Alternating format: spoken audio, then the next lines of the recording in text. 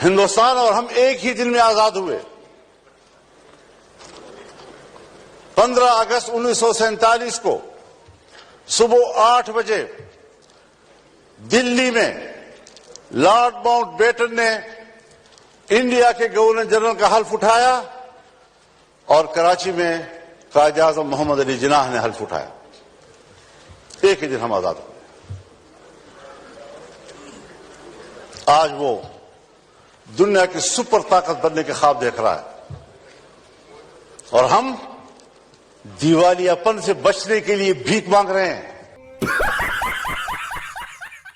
रुको जरा, सब्र करो। आपके सारे सवालों का एक ही जवाब है। हाँ। एक घर में दो भाई हैं। ठीक है, एक कमा रहा है, एक निकम्मा है। ठीक है। जो कमा रहा है उसकी इज्जत है। तो भाई इंडिया पाकिस्तान को कह रहे हैं। जी जी, हम आपस में लड़ते भी नजर आते हैं। लड़ते भी नजर आते हैं, पर मसला ये है कि एक निकम्मा है, एक मेहनती है। जो मेहनती है उसकी सुनती भी है दुनिया। हम निकम्मे हो चुके हैं।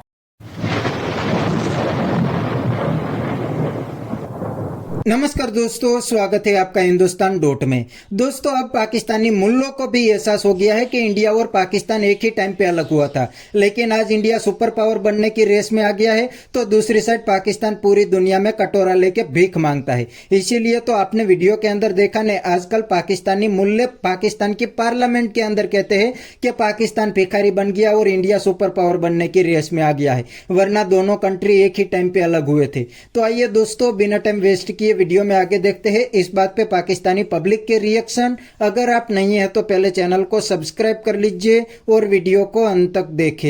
इंडिया के बारे में कहा जा रहा है कि इंडिया भी सुपर पावर बनने की तरफ जा रहा है। आपको पता है मौलाना फजल रहमान हैं, उन्होंने भी असेंबली के अंदर तकरीर की थी। उन्होंने पार्लियामेंट में ये बात कही है कि इंडिया सुपर पावर बनने के ख्वाब देख रहा है और यहाँ पे हम लोग कर्जे मांग रहे हैं भिखारियों की तरह।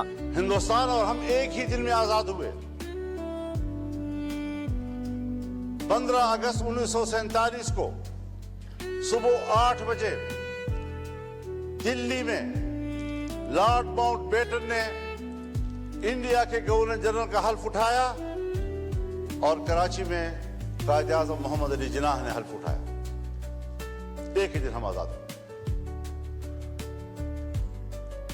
आज वो दुनिया की सुपर ताकत बनने के ख्वाब देख रहा है और हम दिवालियापन से बचने के लिए भीख मांग रहे हैं कि डिफॉल्ट न हो जाए हम लोग। ये किसके हाथों, कौन जिम्मेदार है उसका? इंडिया आने वाले वक्त का सुपर पावर है। भाई देखें, इंडिया की आप इकोनॉमी आप उठा के देखें तो उसने 92 के अंदर इम्पोर्टेड चीजें जो हैं वो उसने मंगाना शुरू करी। उससे पहले उसकी इम्पोर्ट बंद थी 90 के अंदर, 92 में। हाँ, 90s के अंदर मनमोहन सिंह जब फाइनेंस मिनिस्टर थे, सबसे बड़ी गाड़ी जो होती थी वो मारुति होती थी, जिसमें प्राइम मिनिस्टर बैठा करता था। वो सबसे हाई क्लास गाड़ी कहलाती थी। वो हमारे यहाँ समझ लो वो मरगला है, जो हमारी मरगला है वो वहाँ की मारुति होती थी, जिसमें हाई क्लास जो हाई प्रोफाइल लोग थे वो उसमें ट्रैवल करते थे। हमारे यहाँ तो समझ लो कि हमारे यहाँ तो एक से एक बढ़ के गाड़ियां हैं। यहाँ पर समझ लो कि जितने भी बड़े प्राइम मिनिस्टर है, छोटे छोटे जो एमपीएस है, एमपीएस के पास भी आप उठा के देखो तो समझ लो 12-12 करोड़ रुपए की गाड़ियां उनके पास। अभी भी आप उसका रिसर्च करो तो ये चीजें कहाँ से आ रही हैं? मतलब समझ लो कि एमपी और मिनिस्टर और इतना बड़ा तबका जो है ये अमीर से अमीर होता जा रहा है। ये कैसे हो रहा है? और अवाम गरीब से गरीब, अवाम गरीब से गरीब होती जा रही है। आप इस चीज को कंपैरिजन तो करो, आपको सब चीजें सामने आ जाएंगी कि आप हो क्या रहा है इस मुल्क के अंदर। मौलाना फजल रहमान ने पता है क्या बात की है? मौलाना फजल रहमान ने पार्लियामेंट में खड़े होकर ये बात कही कि इंडिया सुपर पावर बनने जा रहा है। भाई उन्होंने कही है, उन्होंने सही कही है, लेकिन अभी तक बना नहीं है ना, बनने जा रहा है। लेकिन उसी रास्ते पे और बन जाएगा, उम्मीद नजर है। इंडिया की जीडीपी ग्रोथ आपको पता है कितनी है? 8%, 7 से 8% के करीब है। पाकिस्तान की 3% है। भाई जाहिर सी बात है, दुनिया की सबसे ज्यादा फास्टिंग ग्रोइंग इकोनॉमी है इंडिया की। तो इसी वजह से है ना, क्योंकि वहाँ की पॉपुलेशन इतनी है। वहाँ पे हर चीज दौर के साथ साथ वो लोग अपग्रेड कर रहे हैं चीजों को। यहाँ पे नहीं हो रहा है, यहाँ पे अभी भी पुराने दिमाग चल रहे हैं। यहाँ पे कब्जा माफिया नहीं खत्म हो रहा, पहले टैक्स के चोर यहाँ पे बैठे हुए हैं। हर चीज के ना 2 नंबर यहाँ पे हो रही है, तो आप कैसे सीधा करोगे? देखो, जैसी अवाम वैसे हुक्मरान, ये आपने सुनी होगी मिसाल, ठीक है? तो भाई ये इसी वजह से हमारे मुल्क का बुरा हाल है। और इंडिया इसलिए अपग्रेड कर रहा है क्योंकि उसकी पॉपुलेशन बहुत है। अगर वहाँ कचरा है ना तो वहाँ पे साफ लोग भी ज्यादा हैं। पाकिस्तान के अंदर आप कह रहे हो 30% खराब लोग होंगे, 70 अच्छे होंगे, सही है? तो इंडिया के 70% और पाकिस्तान के 70% के ना जमीन और आसमान का फर्क आएगा। भाई यही फर्क है कि वो जल्दी स्टैब्लिश हो रहा है और हम नहीं हो पा रहे। हम लोग एक जगह आगे रुक गए, हमारे दिमाग बंद हो गए पैसों के चक्कर में। लेकिन इंडियन गवर्नमेंट के हवाले से क्या कहेंगे? वो भी, उनका भी तो कुछ ना कुछ इसके अंदर दखल अंदाज है ना। कुछ नहीं करती। पाकिस्तान की गवर्नमेंट बहुत काम करती है, इंडिया की गवर्नमेंट कोई काम नहीं करती। आप हिस्ट्री उठा लो, आप चेक कर लो। कैसे? भाई इतना बड़ा इंडिया है, वो क्या करेंगे? खाक करेंगे। वहाँ की आवाम के अंदर यूनिटी है, यहाँ की आवाम में यूनिटी नहीं है।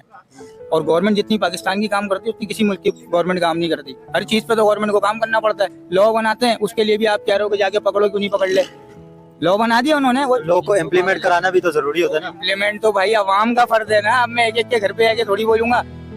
अब आप खुद सोचो, किसी का वलीमा है, उसने दावत दे दी सबको, सही है, उसके बाद उसके वलीमे में कोई भी नहीं आया, वो बोले मेरे को घर से आगे लेके जाओ, तो उसके बाप का नौकर थोड़ी है घर से आगे लेके जाएगा, उसको खाना खिलाएगा। एक चीज बोल दी आपको, खत्म, आपने फॉलो करना, रूल है, लॉ है। पाकिस्तान की हालत क्या बेहतर जो है ना, हम अपने अंदर ही देख लेना, हम सभी गलत है ना।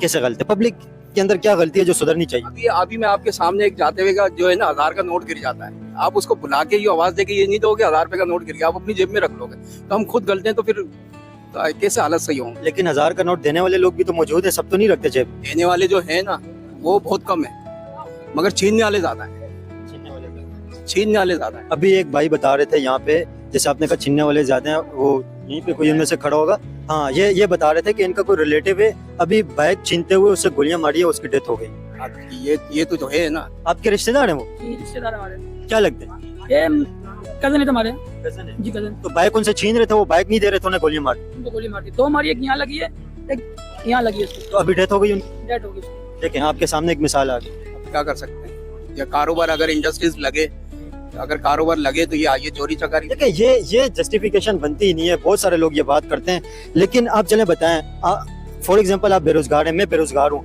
तो मैं अगर बेरोजगार हूँ तो मेरा ये हक बनता है कि मैं दूसरे लोगों को मारना शुरू कर दूं?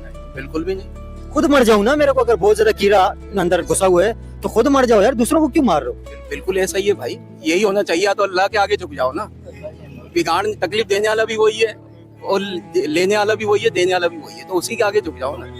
तो लेकिन ये जस्टिफिकेशन तो नहीं बनती है, बंदा बेरोजगार है तो डकैतियां शुरू कर दो। अब वो उनकी सोच है, मैं क्या कर सकता हूँ?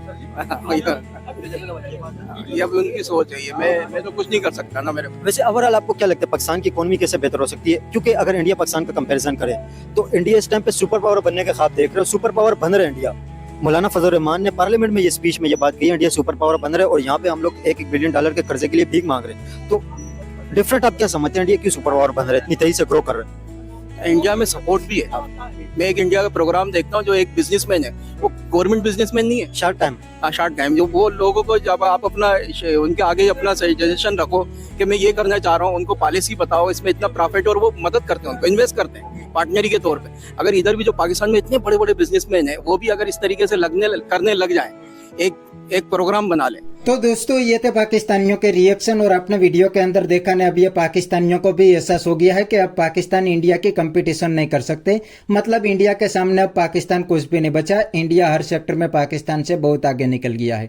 आज हम दोनों कंट्री की इकोनॉमी की कंपैरिजन करें तो इंडिया दुनिया की 4th लार्जेस्ट इकोनॉमी बन गई है, और कुछ ही सालों के अंदर इंडिया दुनिया की 3rd लार्जेस्ट इकोनॉमी बन जाएगी। और दूसरी साइड जब से पाकिस्तान बना है तब से पाकिस्तान की पूरी इकोनॉमी IMF और दूसरी कंट्री की लोन पे ही चलती है। इसीलिए तो ये पाकिस्तानी मुल्लों की अकल भी ठिकाने आ गए हैं कि भाई इंडिया कहां पे चला गया और पाकिस्तान खड्डे में गिर गया है। दोस्तों पहले जब सोशल मीडिया का जमाना नहीं था, उस टाइम पे पाकिस्तानी मुल्ले तो हर दिन पाकिस्तानियों को जहर उगल रहे थे और इंडिया के सामने कैसे नफरत करनी है वो ही सिखा रहे थे।